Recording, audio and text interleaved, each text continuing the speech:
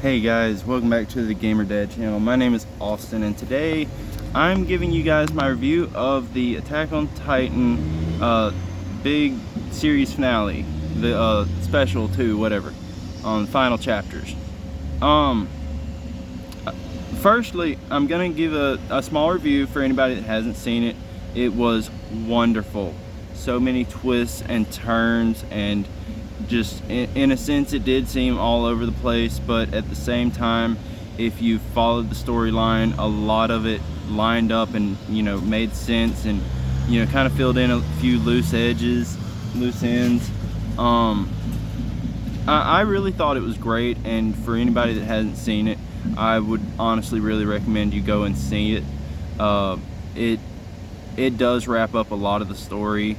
It wraps up like pretty much everything to do with the founding Titan and the Titans as a whole. Mikasa's, you know, story arc there at the end was amazing. The whole thing with Armin was amazing. I mean, it was just all around wonderful, in my opinion. So if you have not seen it, I highly recommend seeing it. Now, for anyone that hasn't seen it, I would recommend you go ahead and go, because, spoiler alert, I'm about to talk about some stuff directly from the special, so you might want to go. Okay? Everybody out that, you know, doesn't want to be spoiled? Okay? We're good? Good? Okay. As far as with the whole thing with the founding Titan and how she could control just like all the past incarnations of the 9 Titans, that was amazing. I was not expecting just like a phantom army, much less the whole Zeke basically resurrecting their souls so that they took over all of a sudden. Like, I was just all over the place. Like, you think Ymir's against them, then she's with them, and then she just wants to die. Like, what? Oh my god. And then the whole, you know, Mikasa just had to kill Eren because, as far as I can gather, it took someone who was bound by love to be subservient to someone to break that subservience and move on with their life, for her to be able to respond in turn and do the same. And that's just wow. And like I say, all the previous incarnations just slowly coming back and taking over, and then Zeke just, I don't even know what to exactly call that, just pop out of a rib, just, hey, you're looking for me, right? Yo, I didn't give a fuck to see you. What you gonna do about it? And just off with his head. Levi just no hesitation, no questioning, nothing. Just, there's my target, you're dead. One thing though, at the end, like at the very end, at the little time skip, Levi was just suddenly missing an eye. I didn't see where he legitimately got like messed up in one side of his face and would have lost the cornea in an eye. Like, did I miss something? What? And then the whole flashback with Armin and Eren talking about everything, discussing everything. You telling me Armin knew the whole time, like ever since he zoned out in the boat in Special 1, that he knew what was going on, what was going to happen and everything? He had all this in his mind the whole time, and he's just going through with it all.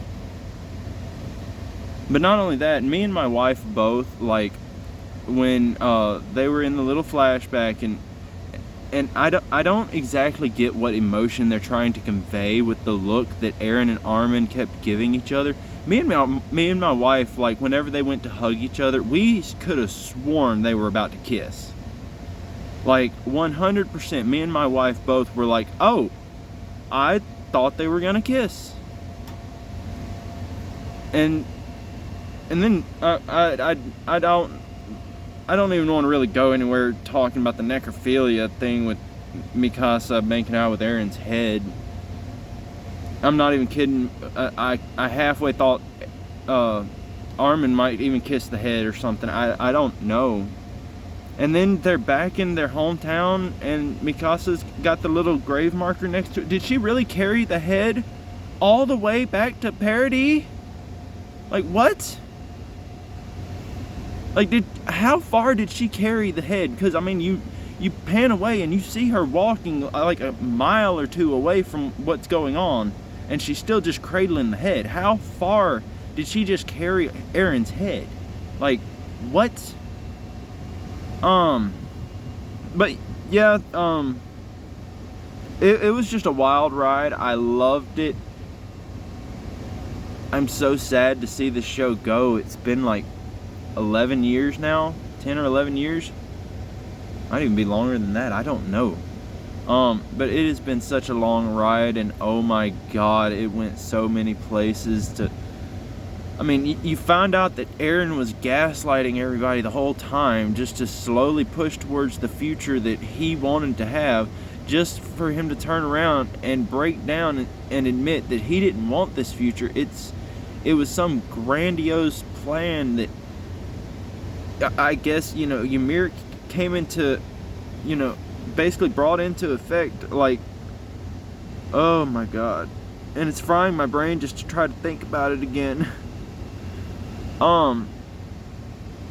But he wanted it to happen, but didn't want it to happen. He broke down crying, saying that he didn't want to die, that he wanted to just spend his life with his friends, but he was power hungry, and so there was never any other possible outcome. But I mean, no matter what, for the Titan cycle to break and Mikasa to actually kill Eren, 80% of humanity had to die. Like, I get that, but I don't get that. Like, why couldn't, like, Mikasa had to have such extremes to be able to break her bond to Eren, but why did it have to be an 80% of humanity level of extreme? Like, just, oh my goodness. But thank you guys.